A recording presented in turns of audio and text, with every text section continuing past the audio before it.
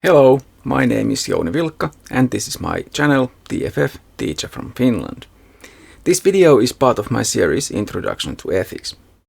This time I am going to begin by asking you, what does courage have to do with ethics? Previously I have talked about how considerable moral courage may be required at times for one to be able to do the right thing. For example, to oppose the fascist policies of one's own country, despite the high risk to one's own freedom, health and even life.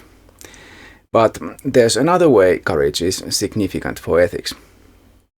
If you hear about a person who has displayed great moral courage, you are likely to have a high opinion of them. If another person consistently shows courage, you are likely to consider that a courageous person in general. You may realize that the person is not always doing the right things, though. It is possible that their courage may be too great in some sense, making them do unwise things like climbing tall buildings in a dangerous way, risking at least their own life. You may think that the person is foolhardy, an adrenaline junkie, or a daredevil. But that is not the same kind of courage as the first person displayed, moral courage. You may still admire the daredevil, but not with the same kind of respect as the other. Courage seems like a good thing, but it is not of moral value alone. In Antiquity, it was thought to be one of the most important virtues, but not enough to make a person virtuous in general. To achieve that, a person had to embody other virtues as well, such as wisdom, justice, and temperance. Once a person displayed all these virtues, they could be considered virtuous as a whole. Such a person can be thought of as exemplary, a role model. Different cultures and subcultures, of course, have their own ideals. They value different virtues, you could say. But they still value some virtues, and those virtues have to do with conducting one's behavior, one's life. And that is an ethical matter. Such ways of thinking are called virtue ethics, and that is the subject of this video. But before I can delve deeper into the subject, I would like to ask you to subscribe to my channel and click the thumbs up button. The ancient Greeks, or at least the elites of their societies, thought of ethics in terms of virtues. The virtues they valued most are called Homeric virtues after the poet. The warrior aristocracy, of course, valued courage, but they also seem to have thought that it is important that everyone in society knows their place and fulfills their roles in that society, as a member of a family, as a soldier, as a wife, as a leader of the community, and so on. The virtues a person needs to embody then depend on the role or position in their community and the society they live in. It is not just some abstract position, but has very much to do with family and other personal connections with other people they interact with. Things that involve emotions as well as reasoning. Plato famously thought that virtue is a harmonious whole, the individual virtues being inseparable from each other in a way. For example, to be just, you have to also be courageous and wise, and of sound mind, with reason in control of your emotions and so on. All virtues support each other, and the absence of one means there is no virtue really. A judge who lacks wisdom or temperance can be cruel. Without intelligence, he may be gullible, and so on. To be virtuous as a judge, he must embody all the virtues to a high degree. Similarly, an assassin may be courageous in a way, but he wouldn't be called virtuous. Neither would a rich person who is not generous, even if they got rich through clever business deals. Virtue ethics differs from deontological and utilitarian ethics in that, unlike those two approaches, virtue ethics is less focused on individual acts. Instead, the focus of virtue ethics is on instilling virtues in yourself, learning to live more and more virtuously. That said, individual acts can be assessed, but not based on how well the act follows some rule or what the consequences to others or the society will be like. Instead, virtue ethics is interested in the act's consistency with virtues. The opposite of virtue is a vice.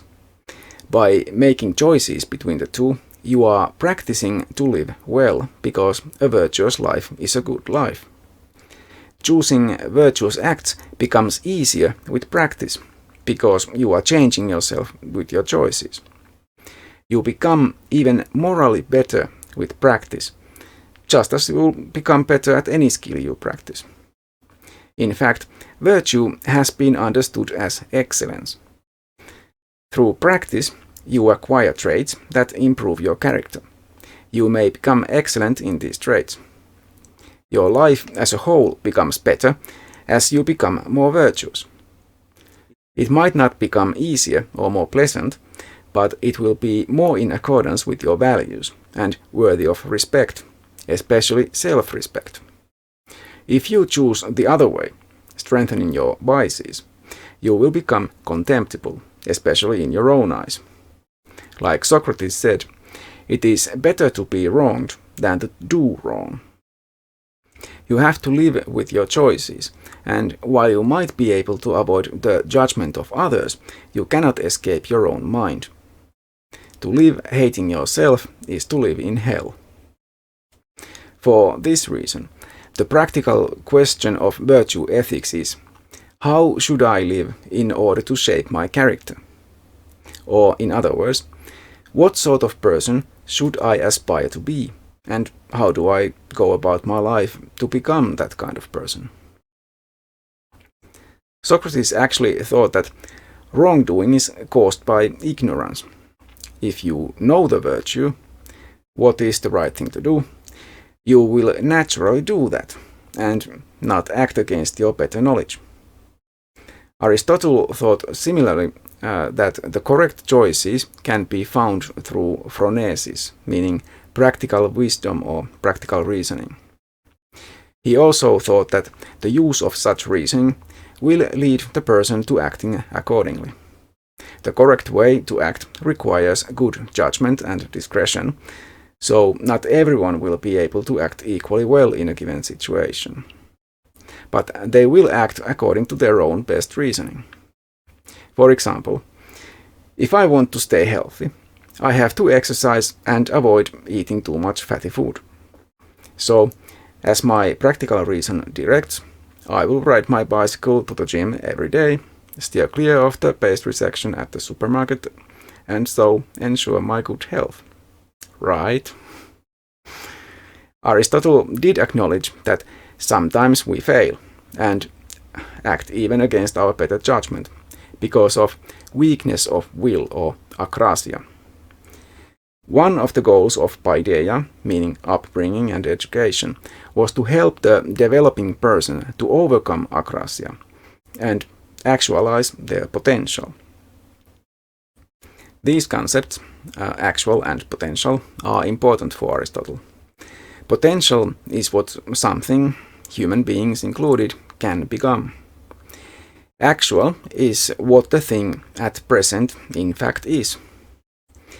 A seed of a tree has in it the potential to grow into that type of tree. As it grows, it actualizes its potential. The potential depends on the essence of the thing. The essence or form of the tree is already in the seed. The same way human beings have their essence, what really makes us human, and different from all other things, according to Aristotle. He considered man to be a political animal, meaning that we are necessarily social in a way most other animals are not. We cannot survive through childhood on our own, for example. Even as adults, most of us need companionship, experiencing connection to other people, even desperately so. Aristotle, like most others, also thought that we are rational animals, able to use our minds in reasoning, logical thinking, better than any other animal. The essence of man defines our telos, or goal, which is to express these traits of rational thinking as part of the social reality of the polis, meaning city-state, or presumably some other community one happens to live in. The good life of an individual, eudaimonia, is only made possible by a good state that enables it. And the goal of such a state is to actualize such a life for its citizens. To flourish, according to Aristotle, man requires a society that is just and appreciates the virtues of wisdom, courage, temperance, and justice. These are the most important, also known as cardinal virtues, according to Aristotle. Neo-Aristotelians may or may not accept Aristotle's view that all humans, and thus all communities, share the same essential telos. The good life, for Aristotle, will be a happy, calm, dignified life. This eudaimonia is not the kind of immediate experience of happiness in the present that modern people may mistakenly aspire for, but an assessment of the whole life after the fact, or possibly at one's own deathbed. It is achieved, of course, by living virtuously. What Aristotle considered the virtues to be and why is perhaps his most important ethical idea. To him, virtues are actually the golden mean between the extremes that are in fact vices. Courage, for example, is between cowardice and foolhardiness. The good life is not one of asceticism or of gluttony, but a temperate or moderate participation in the pleasures of life, avoiding excess in every way. While this might sound good, Aristotle's definition of virtue doesn't necessarily help much, because it isn't very clear when something is actually excessive. The virtuous part of the scale between gluttony and starvation, for example, seems rather wide, or at least poorly defined. Also, the whole idea of the golden mean sounds suspiciously similar to the middle ground fallacy. If someone calls for the death of all green-eyed people, and another person opposes them, asking that no one be killed, then surely the middle ground, killing only half of the green-eyed people, is not a reasonable decision. The one who is allowed to define the extremes is also moving the center where they want it. For more on that, look into the Overton window. Similarly, for defining the virtues, the extremes define the middle. There should be an objective way to define the vices first. And even then, it is not obvious that the virtue would be in the middle of them. Why should it not sometimes be an extreme position, like letting all the green-eyed people live? It may be difficult to create a society that enables the Aristotelian good life. For one, Aristotle thought that only the wise know what is right or wrong, so should the rest of us just trust their judgment? How would we even recognize who the wise, worthy leaders are? Christianity adopted Aristotelian ethics, especially because of the works of Thomas Aquinas. He accepted the traditional cardinal virtues of courage, wisdom, temperance, and justice, and added benevolence. He also added to them the three theological virtues of faith, hope, and charity, or love. The medieval Christian ideal also included the virtues of humility, forgiveness, and modesty. No doubt these virtues are still respected by many, although virtue ethics was for the most part replaced by other ways of thinking from the early modern period onward. Virtue ethics and Neo-Aristotelianism has returned to academic philosophy in recent history. One important proponent of such views is Martha Nussbaum. She has sought to revive Aristotelian virtue ethics by looking for a basis for the universal good of man. As humans, we all share the same biological basic needs, the ability to experience pleasure and pain, and to think rationally. We also are sociable, or at least require other people in our lives. It is not clear to me how useful it is to point this out, given the differences between us, but it at least may be good for us to remind ourselves from time to time of all the things that all humans have in common. Such common features are certainly more important than arbitrary attributes like skin color or nationality. If we could overcome such differences, we would have much more hope for the future, much like John Lennon imagined in his famous song. The psychologist Abraham Maslow is famous for his theory on the hierarchy of needs that is somewhat relevant here. The idea is that the different needs we have can be defined as a hierarchy, as they must be satisfied in order. At the bottom, the first needs to be satisfied have to do with the very basic physiological requirements of life. Above that are psychological and social needs, and only at the very top are the needs of self-actualization. That is the sort of thing virtues may be mostly associated with, and that shows their aristocratic origin. It may be difficult, impossible according to Maslow, to try to improve yourself to achieve excellence in temperance and wisdom if your daily life is a constant struggle for survival. Virtue ethics captures something about ethics and human psychology that deontological or utilitarian ethics do not. That it matters what a person is like. It especially matters to you what you are like as a person.